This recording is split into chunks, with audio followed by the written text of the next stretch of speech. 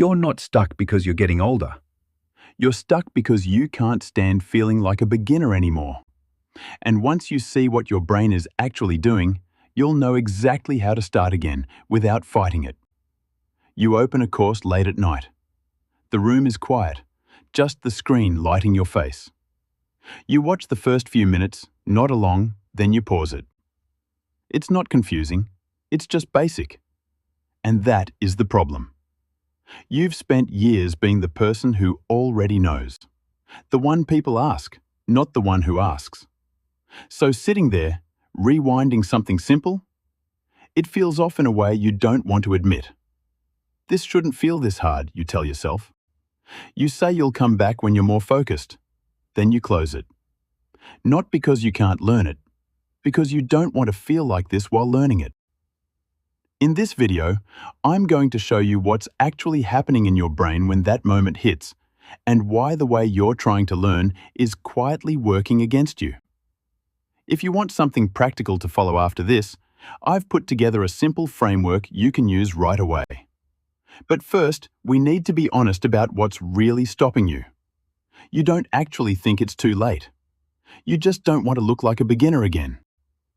You open a course, scroll for a minute, and then you close it. The tab stays open in your browser for days. You tell yourself you'll start when you have more energy, but the real moment happens earlier.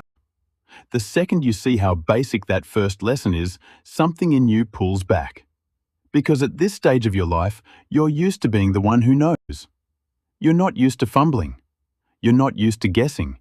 And you definitely don't want to be the slowest person in the room. Your brain isn't rejecting the skill. It's protecting your identity as someone competent. The cost? You never get past the first layer. So everything new feels permanently out of reach.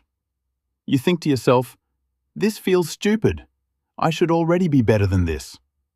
Long pause. And so you close the tab. You didn't stop because it was hard. You stopped because it made you feel small. And that feeling?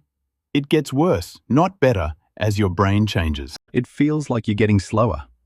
But that's not the full picture. You notice it in small moments. A name takes longer to recall. A new concept doesn't click instantly anymore. So you assume something is fading. And part of it is.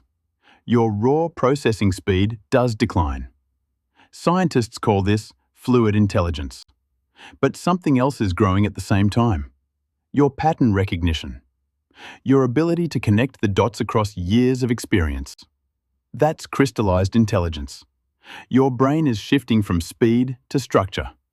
It relies less on fast computation and more on deep networks. The cost? If you keep learning like speed is everything, you will feel behind all the time. You ask yourself, why does this take me so long now? It's because you're solving it differently. You didn't lose power, you changed engines. And that new engine demands a different kind of effort. You sit down to learn. 40 minutes later, your mind feels foggy. You try to push through it. You open another tab to help and then another. Suddenly, nothing sticks. That's not a lack of discipline. Your brain is actually recruiting more regions just to do the same task. It's called compensatory scaffolding. You are literally using more of your brain just to hold the same idea. That costs energy, a lot of it. And your working memory? It just can't hold as much at once anymore. The cost? You burn out faster, and you mistake that fatigue for inability.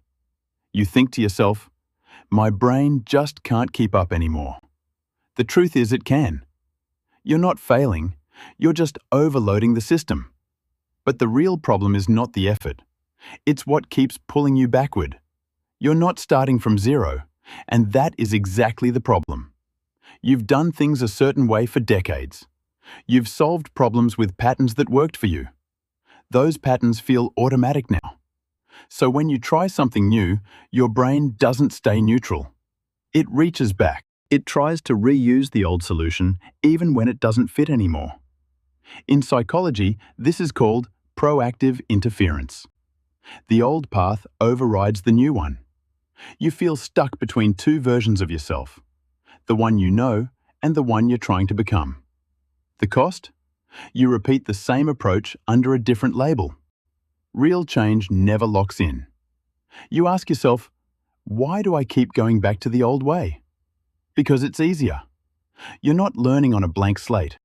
You're learning on top of deep, existing grooves.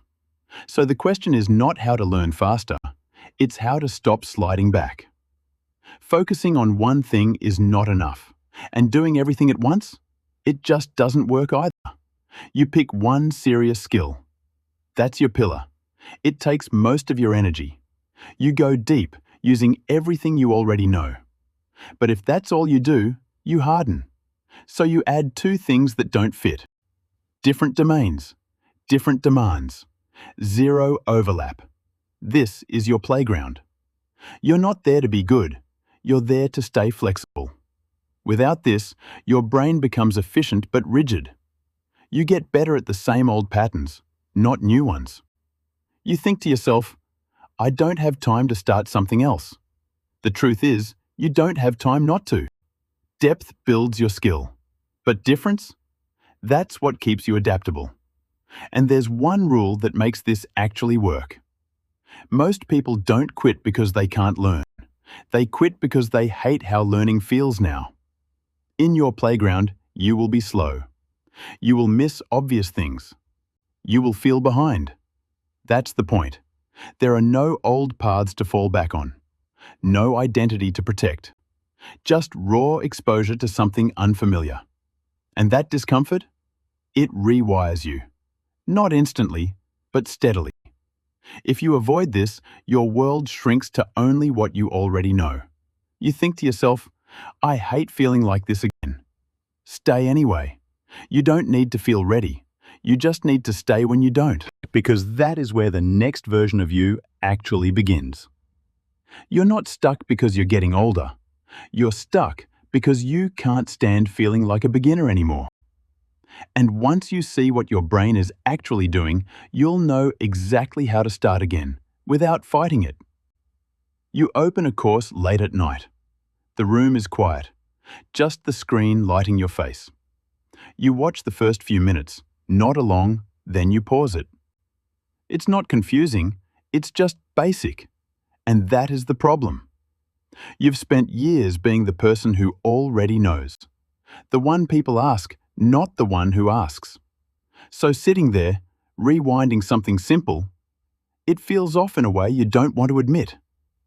This shouldn't feel this hard, you tell yourself. You say you'll come back when you're more focused. Then you close it. Not because you can't learn it, because you don't want to feel like this while learning it.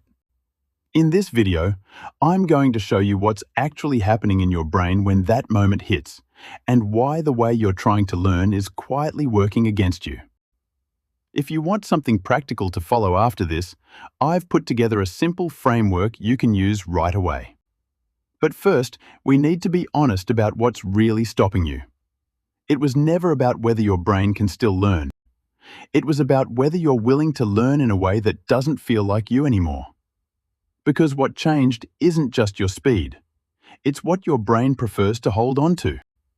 And if you keep protecting that, nothing new will ever stick. This is for the person who built a life on being capable. The one people rely on because you usually know what you're doing. And that's exactly why starting over feels heavier for you than it does for someone younger. You don't lose your edge with age. You lose it the moment you stop letting yourself be new.